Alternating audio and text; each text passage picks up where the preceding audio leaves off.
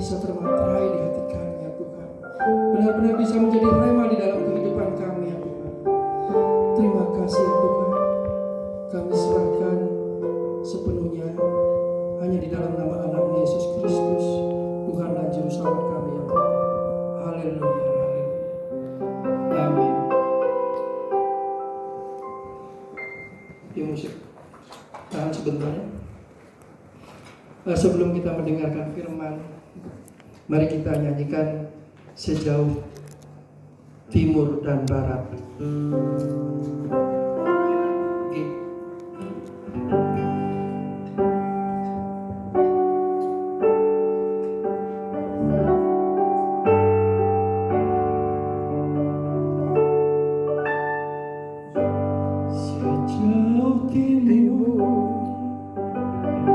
Dari barat Engkau membuang dosaku.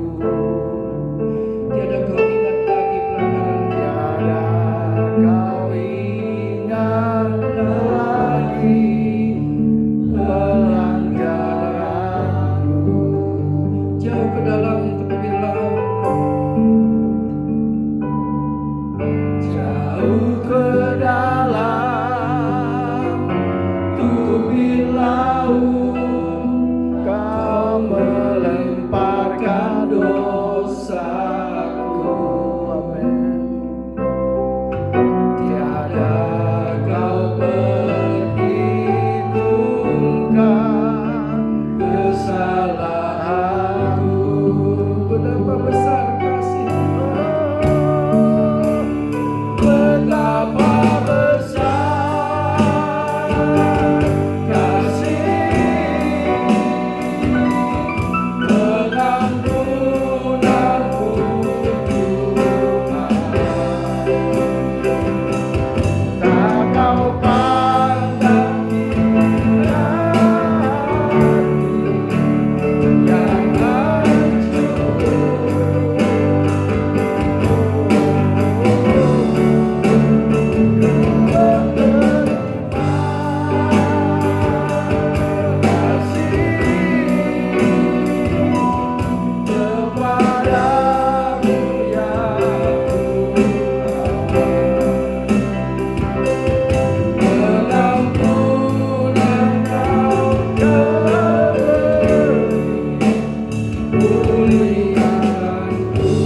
Pengampunan yang Kau beri, pulihkan. pengampunan yang kau beri pulihkanku. Terima kasih. Mendengar lagu ini,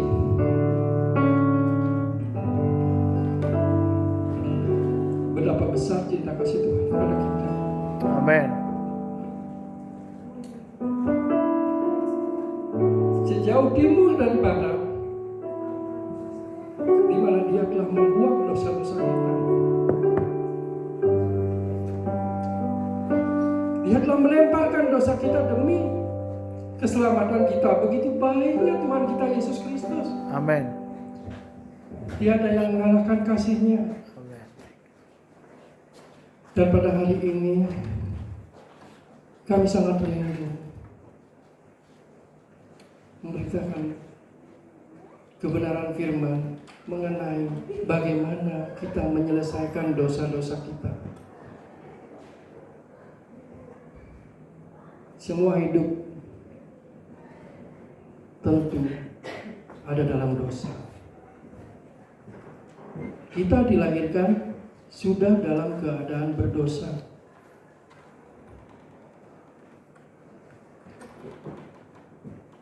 Dosa itu melekat di dalam diri kita. Karena di sini dari Adam dan Hawa diciptakan, disitulah awal mulanya dosa manusia itu sendiri. Dosa yang tidak taat akan firman Tuhan. Dan sekarang kita hidup penuh dengan dosa. Lalu bagaimana solusi kita dalam kehidupan kita agar kita bisa masuk ke dalam kerajaan surga? Nah, pada hari ini saya akan membagikan dosa. Apa sih dosa itu sendiri? Mungkin bisa dibantu firman Tuhannya.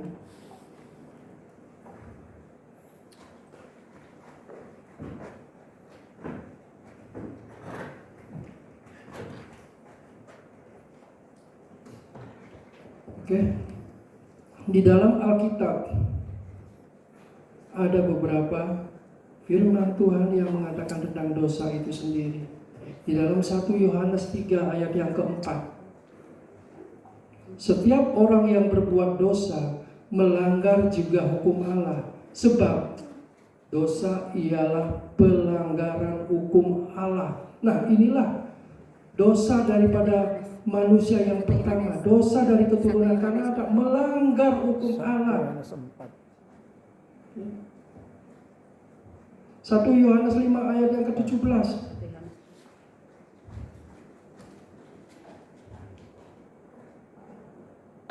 1 Yohanes 5 ayat ke-17. Semua kejahatan adalah dosa, tetapi ada dosa yang tidak mendatangkan maut. Jadi jelas di sini bahwa semua kejahatan itu adalah dosa. Tentunya dosa nanti saya akan jelaskan apa itu dosa yang mendatangkan maut dan dosa yang tidak mendatangkan maut. Kita lihat lagi di Yakobus 4 ayat yang ke-17. Yakobus 4 ayat yang ke-17.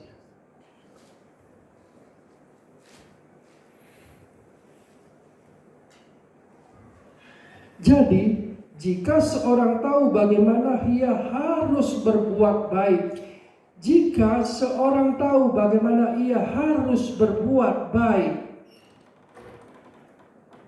tetapi dia tidak melakukannya, itulah dosa. Jadi kita orang percaya yang mengerti kebenaran, yang mengerti akan firman Tuhan, yang mengerti akan bagaimana kita berbuat baik, tetapi tidak melakukan, itu adalah dosa. Dan yang terakhir di Roma 14 ayat yang ke-23.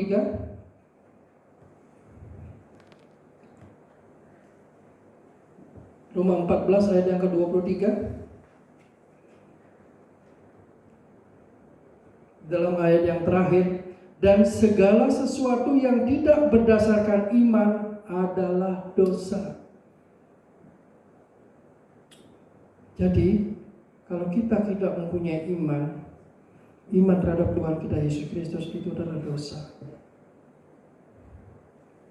Nah, dari pengertian dosa di sini kita bisa menjadi dua macam dosa, yaitu yang seperti saya katakan tadi adalah dosa turunan dan dosa pribadi.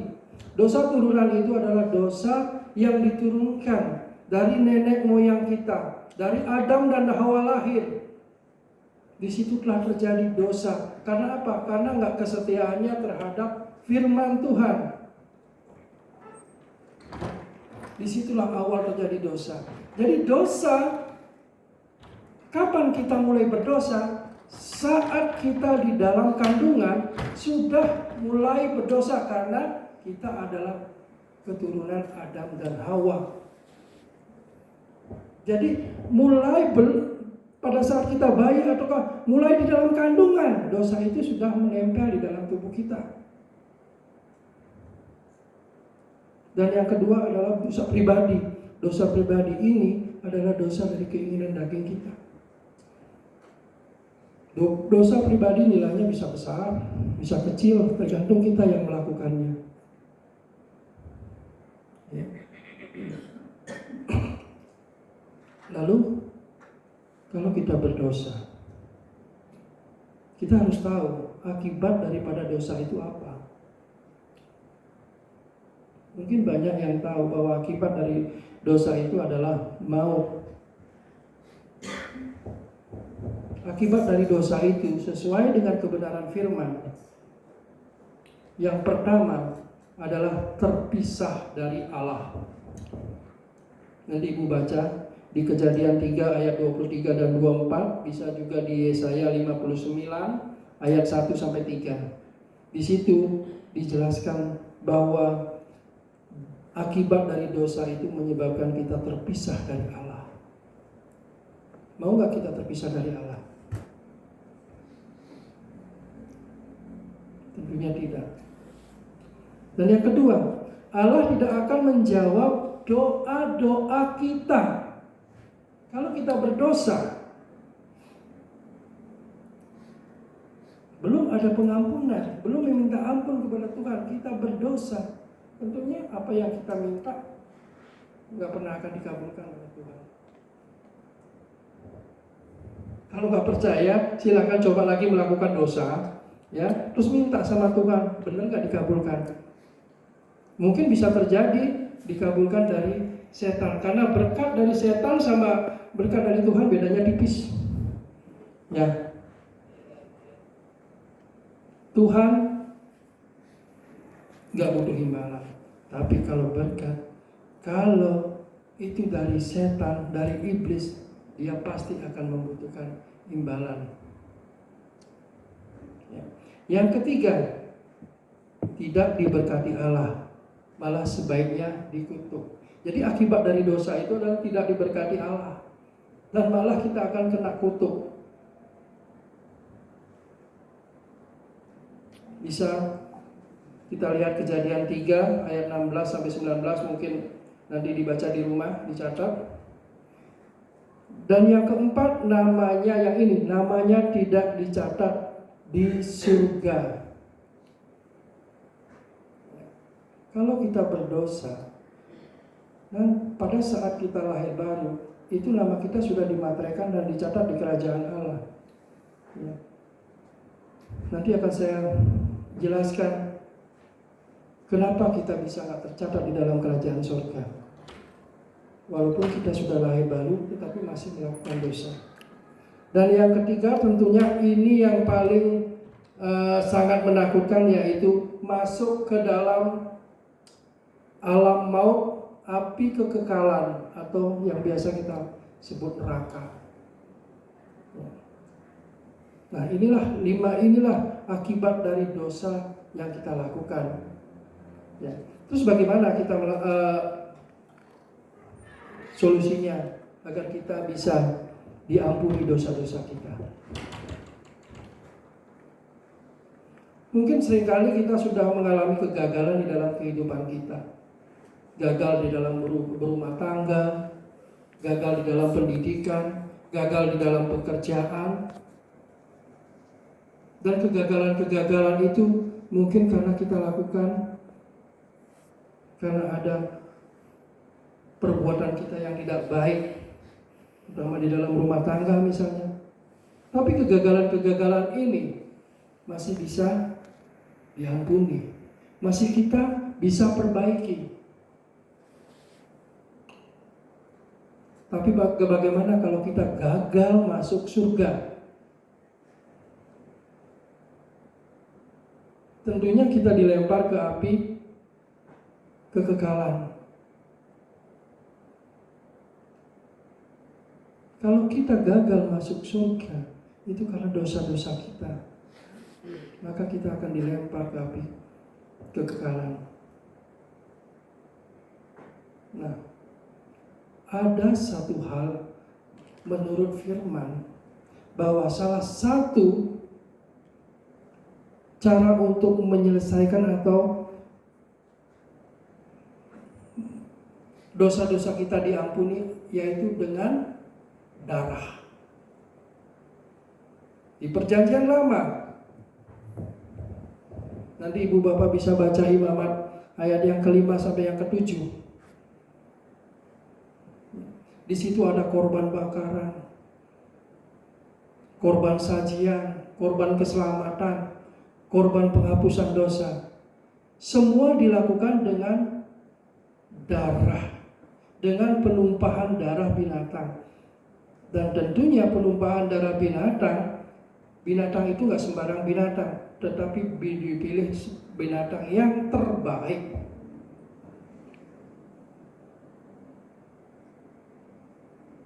Bagaimana dengan di zaman sekarang, zaman perjanjian baru? Apakah kita masih menggunakan darah binatang itu? Apakah masih relevan dengan kehidupan kita?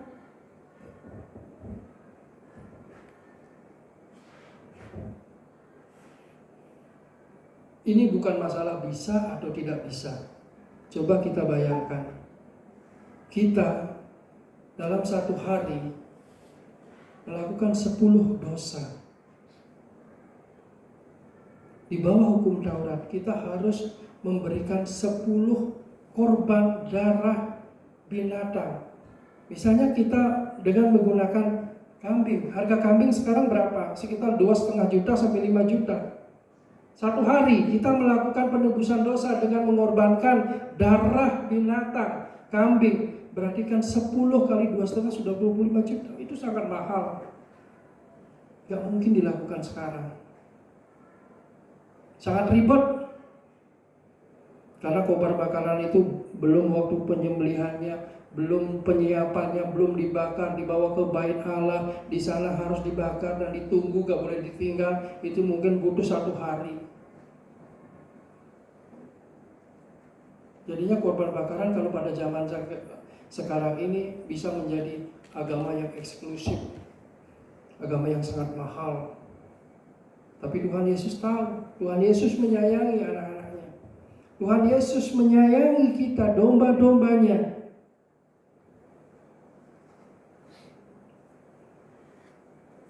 Makanya Tuhan Yesus memberikan tubuhnya untuk dikorbankan. Darahnya tercurah di atas Kalvari untuk menebus dosa-dosa manusia. Hanya itulah satu-satunya jalan. Begitu baiknya Tuhan, Dia inkarnasi menjadi seorang manusia di dunia untuk menyelamatkan kita dari dosa. Banyak yang tidak tahu apa tujuan Tuhan Yesus datang ke dunia. Tapi bersyukur kita orang percaya dan sudah menyerahkan diri kepada iman kita kepada Tuhan Yesus. Tentunya disinilah begitu baiknya Tuhan kita Yesus Kristus.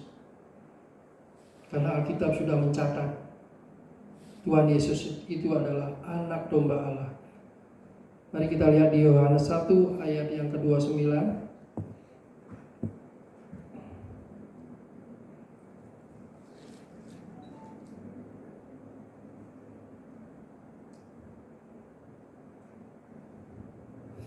Di sini perikopnya Yohanes menunjuk kepada Yesus. Pada keesokan harinya Yohanes melihat Yesus datang kepadanya dan ia berkata, "Lihatlah anak domba Allah yang menghapus dosa dunia." Yohanes sendiri sudah bilang bahwa inilah dan lihatlah anak domba Allah, yaitu Tuhan Yesus itu sendiri, yang mampu untuk menghapus dosa dunia.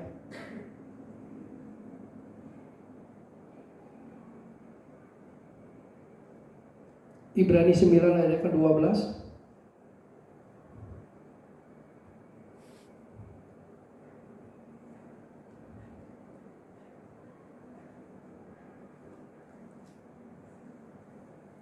Dan ia telah masuk satu kali untuk selama-lamanya ke dalam tempat yang kudus, bukan dengan membawa darah domba jantan dan darah anak lembu, tetapi dengan membawa darahnya sendiri, darahnya Tuhan Yesus sendiri.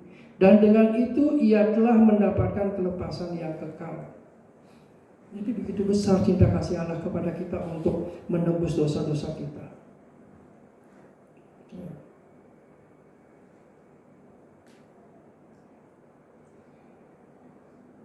Lalu bagaimana dengan sekarang ini? Di mana kita mendapatkan darah domba Allah itu? Darah Tuhan Yesus sendiri. Tuhan Yesus sudah naik ke surga. Gak mungkin kita akan mendapat darahnya kan? Bagaimana caranya menebus kita? Di Alkitab telah dicatat bahwa penebusan itu hanya oleh darah. Di Perjanjian Baru, darah anak domba. pada saat Tuhan Yesus di atas kayu salib. Ya. Tentara kerajaan Romawi itu untuk memastikan bahwa Yesus itu benar-benar mati sebelum diturunkan, dikuburkan, ditusuk lambungnya. Apa yang keluar? Darah dan air. Nah, di sini maknanya bahwa pada saat di atas kayu salib Tuhan Yesus telah mentransformasi darah menjadi air. Nah, pada zaman sekarang inilah makanya kenapa kita harus menyerahkan diri dengan cara dibaptis, dibenamkan ke dalam air. Karena di dalam air baptisan itu ada kuasa darah yang mampu menebus dosa-dosa kita. Ya puji Tuhan, kita di sini sudah semua lahir baru. Tentunya bukan dengan lahir baru tok kita bisa ditebus dosa-dosa kita. Enggak. Itu butuh proses lagi. Baptis dengan pertobatan itu butuh proses lagi. Apa yang harus kita lakukan? Wahyu 1 ayat yang kelima.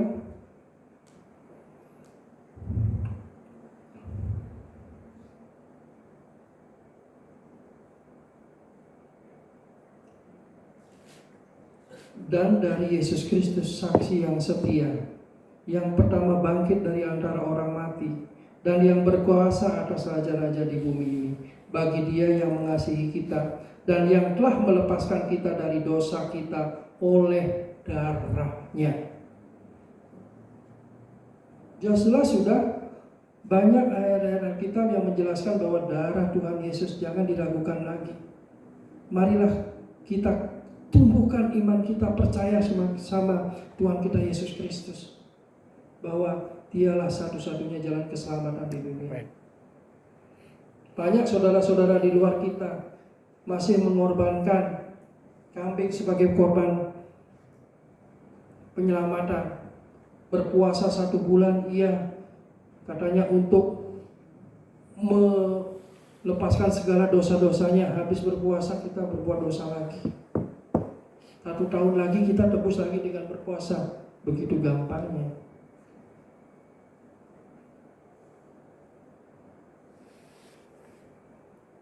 Mereka tidak tahu bahwa hanya satu juru selamat di dalam dunia ini, yaitu Tuhan kita Yesus Kristus. Allah yang hidup, Allah yang turun ke dunia untuk menebus dosa kita.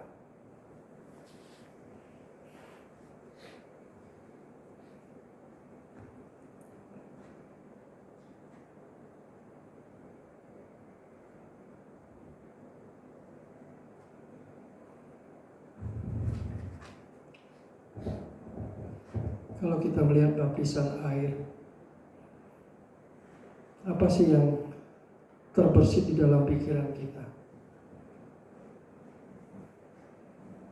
Kok saya harus melakukan itu ya? Dibenamkan di dalam air, seperti yang saya jelaskan tadi, bahwa baptisan air itu punya kuasa pengampunan dosa. Kita lihat di Lukas ayat 3, pasal 3 ayat yang ketiga. Di sini saya akan banyak membuka firman supaya kita mengetahui dan kita percaya, yakin 100% bahwa dosa bisa ditebus hanya oleh kuasa darah anaknya. Ya. Maka datanglah Yohanes ke seluruh daerah Yordan dan menyerukan, bertobatlah dan berilah dirimu dibaptis, dan Allah akan mengampuni dosamu. Jelas. Bagi siapa yang gak mau dibaptis, gak mau menyerahkan dirinya, dilahirkan kembali, dia gak akan mendapat pengampunan dosa. Semua agama tujuannya ingin masuk surga, tapi gak tahu apa yang harus dilakukan. Tapi kita orang percaya mempunyai Allah yang hidup. Jelas-jelas di firman sudah dikatakan bertobatlah dan berilah dirimu dibaptis dan Allah akan mengampuni dosamu.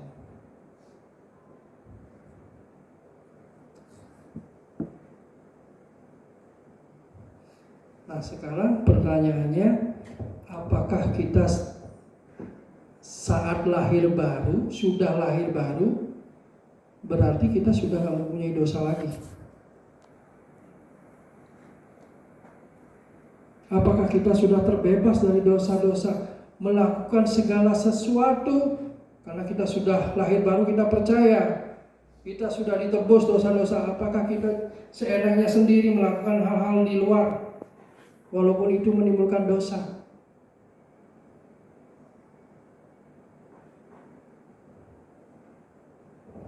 Tentunya walaupun kita sudah lahir kembali, kita masih ada kedagingan, masih ada kehendak bebas. Yang itu kehendak bebas yang gak bisa diikat oleh Tuhan kita, yang membebaskan kita untuk melakukan apapun di dunia ini. Walaupun kita sudah lahir baru, kita masih tetap akan berbuat dosa itu sendiri. Tetapi bedanya dengan yang pertama, dua macam dosa keturunan dan dosa pribadi. Tapi di sini setelah kita dibaptis, ada dua macam dosa yang kita temukan, yaitu dosa yang membawa maut dan dosa yang tidak membawa maut. Mari kita lihat di 1 Yohanes 1 ayat yang ke-7 sampai 9.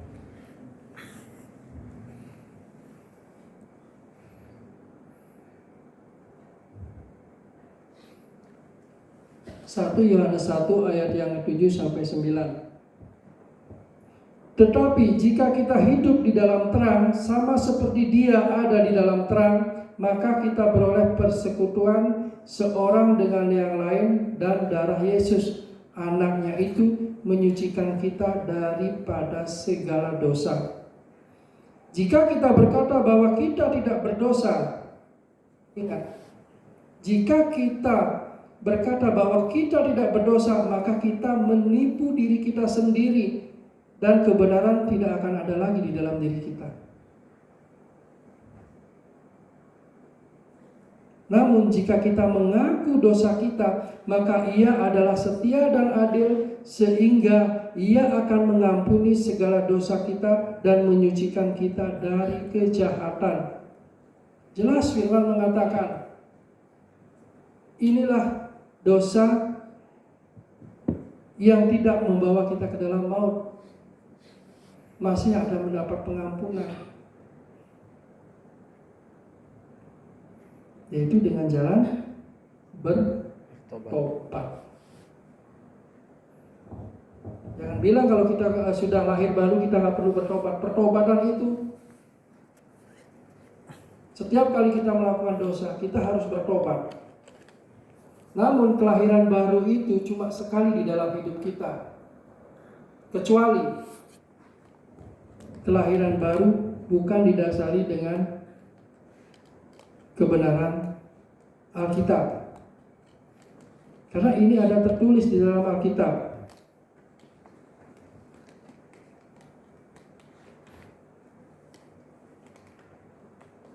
Ya. Di mana pada saat itu Paulus menemukan 12 muridnya dan bertanya, sudahkah engkau dibaptis? Sudahkah engkau menerima Roh Kudus? Jawabannya belum. Lalu dengan baptisan apakah engkau dibaptis? Dengan baptisan Yohanes, itu adalah baptisan pertobatan. Tapi belum menerima kuasa Roh Kudus. Nah, pada saat itulah dilakukan baptisan ulang dengan atas nama Tuhan kita Yesus Kristus. Baptisan Yesus Kristus. Dibaptis kembali, dan pada saat itu 12 murid-muridnya menerima kuasa Roh Kudus. Jadinya kalau kita lahir baru, ya, Setelah kita lahir baru ataupun sebelum lahir baru, kita belum menerima kuasa Roh Kudus. Roh Kudus itu bisa kita dapatkan dengan jalan berdoa dan meminta. Tanpa kita meminta sendiri sama Tuhan, Roh Kudus itu nggak akan diberikan kepada kita. Karena ini adalah janji daripada Allah kita sendiri, janji daripada Tuhan sendiri. Berilah dirimu dibaptis, maka akan kuberikan kuasa, yaitu Rohku, Roh Kudus. Itu adalah janji Tuhan. Jadi setiap orang yang setelah lahir baru seharusnya otomatis sudah menerima Roh Kudus. Karena apa?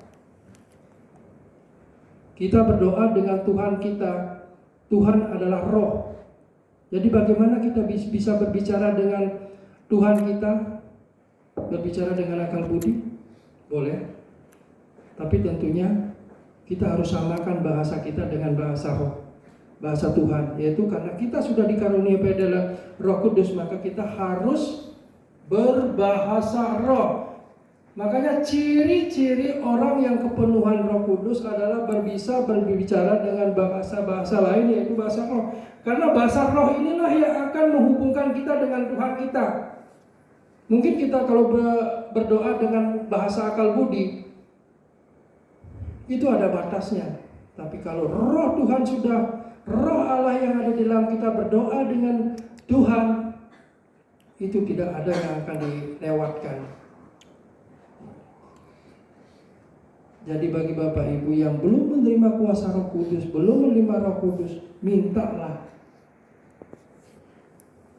Karena ada dua cara mendapatkan Roh Kudus, yaitu meminta sendiri kepada Tuhan atau minta tumpang tangan dari gembala kita untuk didoakan.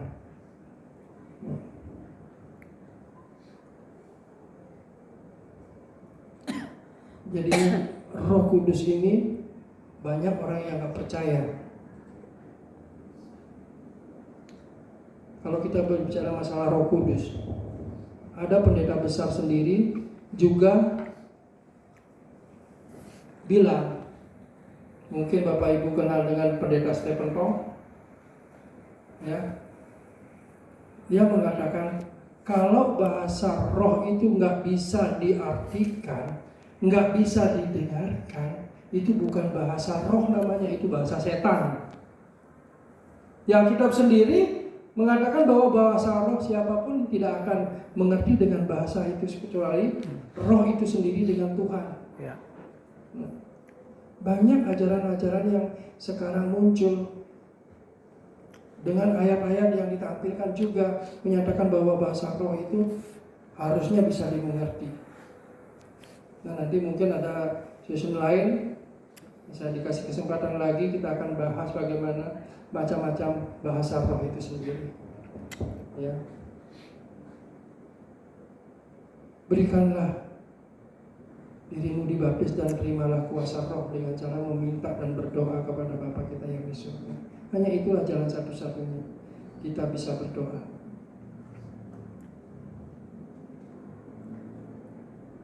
Lalu bagaimana dengan dosa yang membawa maut? Apakah itu bisa diampuni? 1 Yohanes 5 ayat yang ke-16.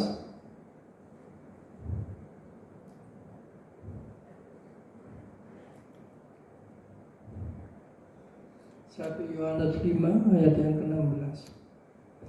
Kalau ada seorang melihat saudaranya berbuat dosa, yaitu dosa yang tidak mendatangkan maut, hendaklah ia berdoa kepada Allah dan Dia akan memberikan hidup kepadanya, yaitu mereka yang berbuat dosa yang tidak mendatangkan maut. Ini dosa yang tidak mendatangkan maut. Dosa yang tidak mendatangkan maut. Mungkin kita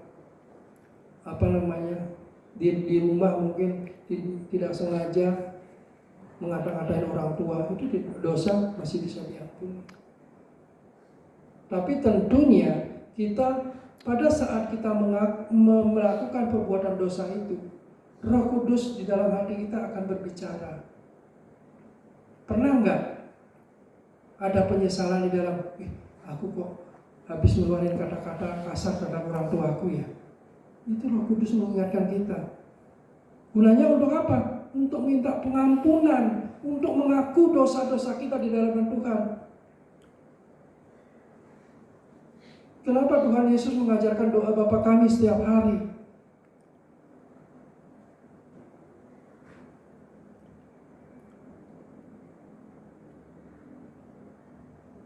Bapa, ampunilah kami akan kesalahan kami seperti juga Engkau mengampuni orang bersalah kepada kami. Kalau kita berdoa, masih ada sakit hati di dalam hati kita, masih ada dendam, iri hati terhadap saudara-saudara kita, Tuhan tidak akan mendengar doa-doa kita. Karena Tuhan Yesus sendiri minta ampunlah dulu. Ampunilah kami ya Bapa, seperti juga kami mengampuni orang yang bersalah kepada kami.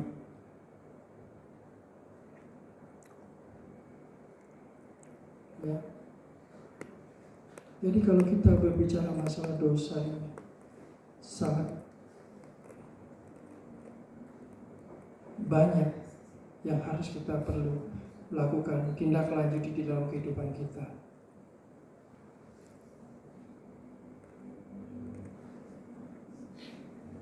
Kita lanjut di 1 Yohanes 5 ayat yang ke-15. Ada dosa yang mendatangkan maut. Tentang itu tidak kukatakan bahwa ia harus berdoa. Dosa yang mendatangkan maut itu sendiri tidak perlu berdoa. Karena apa? Karena sudah tidak ada pengampunan lagi.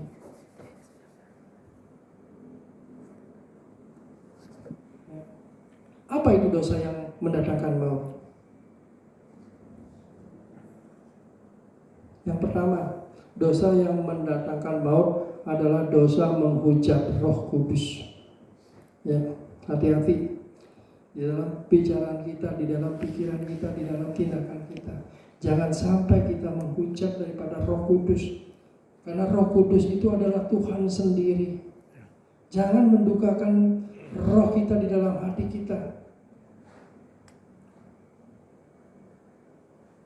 Markus 3 ayat yang ke-28 dan 29.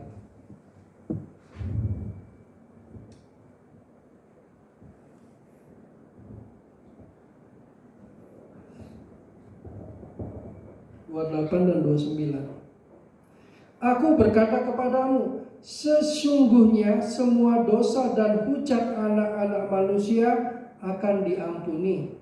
Iya, semua hujat yang mereka ucapkan.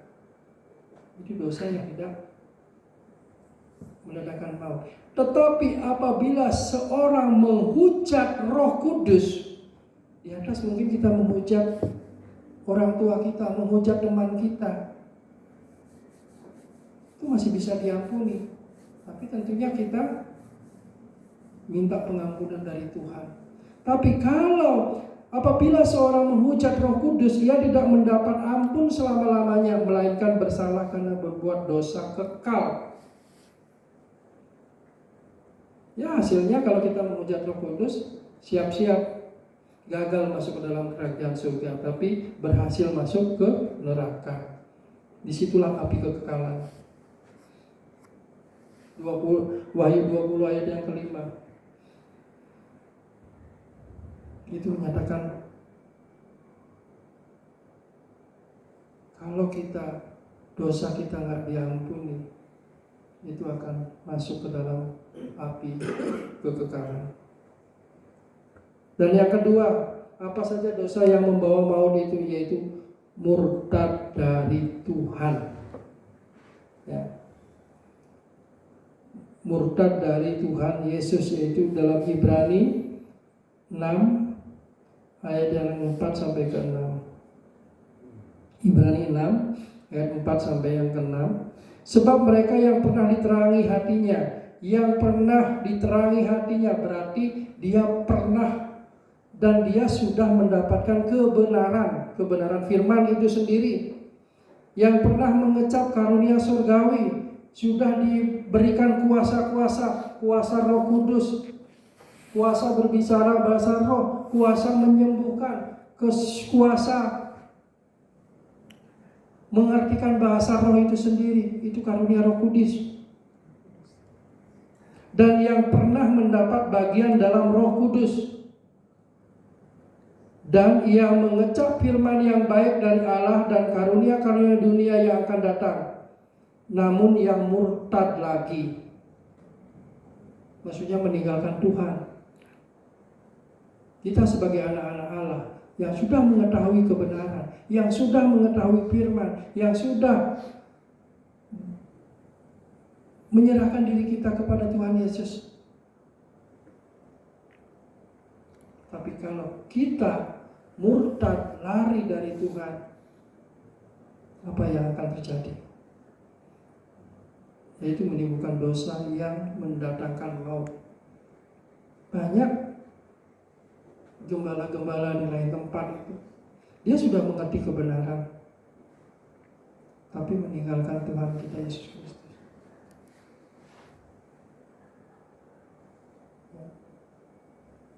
Yakin dan pasti dia akan dapat peroleh keselamatan.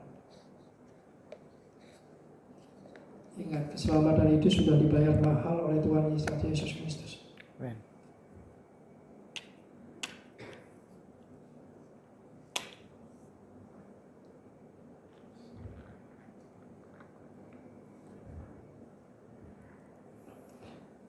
Namun yang murtad lagi tidak mungkin dibaharui sekali lagi sedemikian hingga mereka bertobat, sebab mereka menyalibkan lagi anak Allah bagi diri mereka dan menghinanya di muka umum.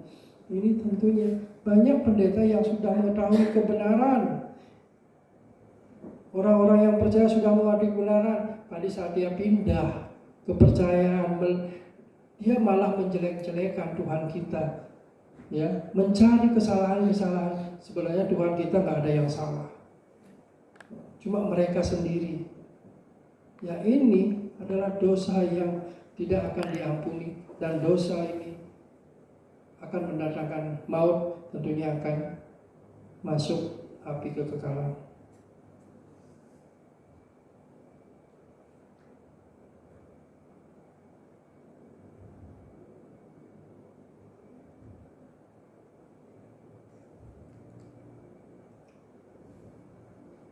Coba kita lagi lihat di Galatia 5 ayat yang ke-19, mulai ayat ke-19. Di sini sering juga Pak Gembala memberikan ayat ini. Perbuatan daging telah nyata, yaitu percabulan, kecemaran, hawa nafsu, penyembahan berhala, sihir, perseteruan, perselisihan, iri hati, amarah, kepentingan diri sendiri, percideraan, roh pemecah, kedengkian, kemabukan, pesta pora dan sebagainya. Terhadap semuanya itu kuperingatkan kamu, seperti yang telah kubuat dahulu, bahwa barang siapa melakukan hal-hal yang demikian, ia tidak akan mendapat bagian dalam kerajaan Allah.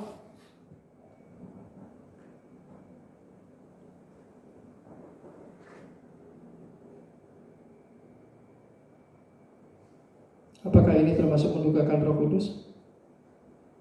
Roh Kudus itu adalah bait Allah. Roh Kudus itu adalah suci. Jangan merusak bait Allah kita dengan perbuatan seperti kemabukan, merokok. Saya dulu merokok juga. Berkali-kali saya diingatkan sama istri saya, anak saya untuk berhenti merokok, tapi saya kebal. Tapi kuasa Tuhan menjaga saya. Amin.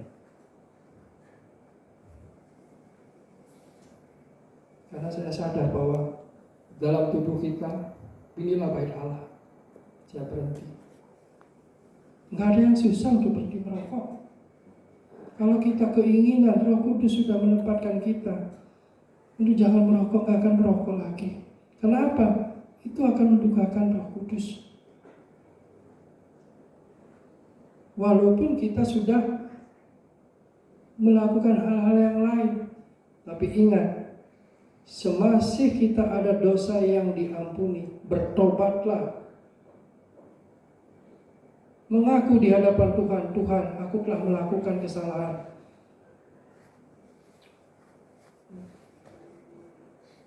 Tuhan itu mengetahui kok besar kecilnya dosa yang kita lakukan. Tuhan itu lebih tahu. Sebelum kita melakukan, Tuhan itu sudah tahu apa yang harus kita lakukan. Makanya mulai hari ini, tiap hari kita harus berdoa dan bertobat, mengaku dosa-dosa kita di hadapan Tuhan, sebagaimana Tuhan Yesus telah mengajarkan kita berdoa. Doa Bapa kami singkat, tapi maknanya sungguh luas. Ya. Janganlah kita hidup di dalam dosa, tapi karena kita sudah hidup lahir baru, kita hidup di dalam roh. Jadinya pikirkanlah hal-hal yang di atas, jangan memikirkan hal-hal yang di bawah. Carilah dulu kerajaannya, maka semua akan ditambahkan. Ayat penutup saya ambil dari 1 Korintus 9 ayat yang ke-27. 1 Korintus 9 ayat yang ke-27. Tetapi aku melatih tubuhku dan menguasainya seluruhnya. Tetapi aku melatih tubuhku, melatih. Ya. Kita melatih tubuh kita dan menguasainya seluruhnya, supaya sesudah memberitakan Injil kepada orang lain, jangan sampai aku sendiri ditolak. Jangan sampai kita sudah memberitakan Injil tapi kita sendiri ditolak. Tentunya disinilah kita harus melatih pikiran, perkataan, dan perbuatan kita. Setiap hari kita latih pikiran, perbuatan, dan perkataan kita, tentunya harus sejalan dengan firman Tuhan.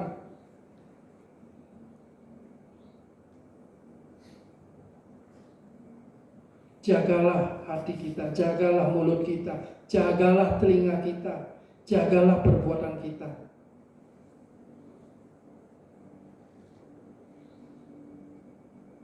Inilah yang dinamakan penyempurnaan rohani.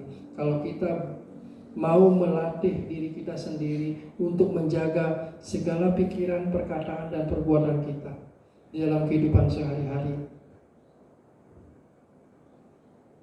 tentunya kita yakin dan percaya pasti kita masih terdaftar di kerajaan surga. Jadi jangan anggap remeh dosa-dosa yang kita lakukan. Semua sudah ada di Alkitab. Apa akibatnya, apa efeknya di dalam kehidupan kita. Bagaimana kita harus menyerahkan diri kita sepenuhnya dengan Tuhan kita Yesus Kristus, memberi dibaptis dengan air dan roh. Tanpa ada Roh Kudus dalam hati kita, kita bukan anak-anaknya. Kita bukan pewaris kerajaan surga. Ini seringkali sudah diberitakan dari Bapak Gembala. Bagaimana kita percaya menerima Roh Kudus. Saat kita lahir baru, disitulah kita dimateraikan, dicatat di dalam kerajaan surga. Tentunya walaupun kita lahir baru, karena kita masih melakukan dosa itu sendiri, bisa apa yang tercatat di dalam kitab kehidupan akan hilang. Karena apa? Karena kita sendiri. Makanya mulailah introspeksi diri kita sendiri. Ya, dalam kehidupan kita sendiri lakukan. Kalau kita bisa melakukan yang baik, itu tidak kita lakukan, itu adalah dosa. Ya, firman itu yang mengatakan, bukan saya. Jadi apapun yang kita lakukan, kita harus tetap berjalan dalam kebenaran Tuhan. Berjalan dan firman, dan biarkan Roh Kudus itu menuntun langkah kehidupan kita. Belajar mendengarkan suara Tuhan, belajar mendengarkan suara Roh Kudus. Jangan mengandalkan kekuatan kita sendiri.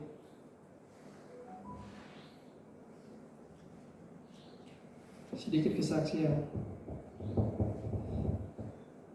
Di pandemi ini, terus terang, banyak orang yang kehilangan pekerjaan. Mungkin saya masih bersyukur di masa-masa pandemi 2 tahun yang lalu, walaupun saya mendapat bayaran yang begitu kecil jika dibandingkan dengan pekerjaan yang saya lakukan. Kalau sebelumnya pasti banyak piring-piring yang terbang di rumah saya. Ya. Kalau sebelumnya pasti banyak akan terjadi perselisihan, tapi puji Tuhan, dengan kita mengandalkan, memperserahkan semua penuhnya kepada Tuhan, apa yang kita terima bukan banyak dan sedikit yang menentukan hidup kita, tapi iman kita. Menerima banyak tapi sering terjadi permasalahan, berkekurangan terus.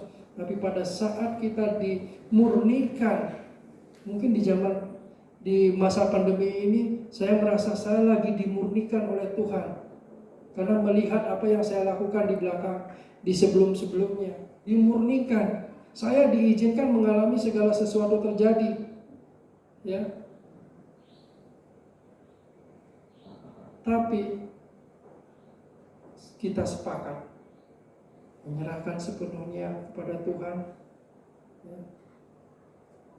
Semua yang kita tidak bisa pikirkan untuk menjalani kehidupan kita sehari terlewati dengan sukacita. Memang sih banyak keinginan kita yang belum secara daging belum kita bisa tercapai, tapi sukacita itu yang luar biasa, sehingga menyebabkan kita hidup dalam hati yang damai dengan anak-anak, dengan istri. Karena apa? Karena kita mempercayai bahwa Roh Kudus itu adalah penolong kita. Roh Kudus sudah menolong kita. Marilah di hari-hari seperti ini, di hari-hari yang penuh dengan hari-hari ini, hari-hari yang kejam, setelah pandemi, resesi, dan apa lagi yang terjadi, ini mendekati apa yang dinubuatkan dari dulu, akan mendekati akhir zaman ya seperti ini. Lalu satu-satunya cara itu menyerahkan hidup kita kepada Tuhan. Jangan mengandalkan kekuatan kita sendiri. Belajar mendengarkan suara Tuhan. Tuhan, apa yang harus saya lakukan? Nah, tentunya disinilah bagi saudara kita yang belum kepenuhan Roh Kudus, belum menerima Roh Kudus, minta sama Tuhan. Biar Roh Kudus, Roh Tuhan di sini yang menuntun kehidupan kita. Jangan sampai kita jatuh lagi ke dalam dosa yang mendatangkan maut. Ya, mari tiap hari kita menjadikan gaya hidup kita untuk bertobat kembali ke dalam kebenaran firman-Nya. Amin. Nah, kita senantiasa mengucap syukur kepada Tuhan atas kebaikan. Saya akhiri sesi ini dan mari kita tundukkan kepala. Tuhan Allah Bapa kami yang di surga, dikuduskanlah nama-Mu ya Tuhan. Karena apa yang terjadi di saat ini, keadaan yang begitu menakutkan di dalam kehidupan kita di dunia, tapi bagi Engkau